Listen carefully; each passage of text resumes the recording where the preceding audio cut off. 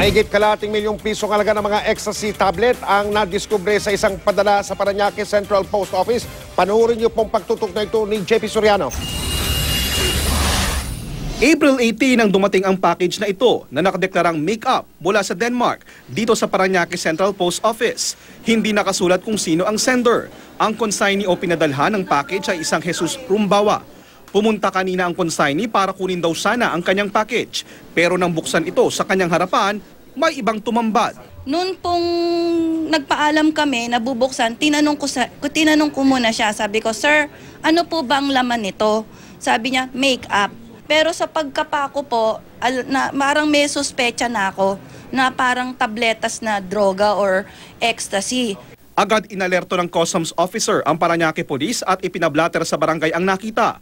Pinahold muna ang consignee na si Rumbawa. Pagdating ng interagency units mula sa customs at PIDEA, agad nagsagawa ng field test ang PIDEA. At dito nagpositibong ecstasy sa initial testing ang mga tableta. Aabot sa 252 na piraso ang mga ecstasy tablets at bawat tableta ay may street value na 2,000 pesos para sa kabuang halaga na mahigit kalahating milyong piso ayon sa Anti-Illegal Drugs Unit ng Bureau of Customs. Itinanggi ni Rumbawa na sa kanya ang mga tableta at package. It's not mine.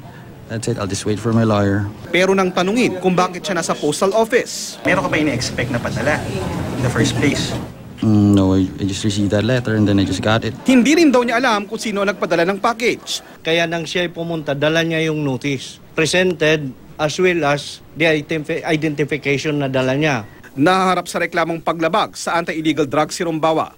JP Soriano, nakatutok 24 oras.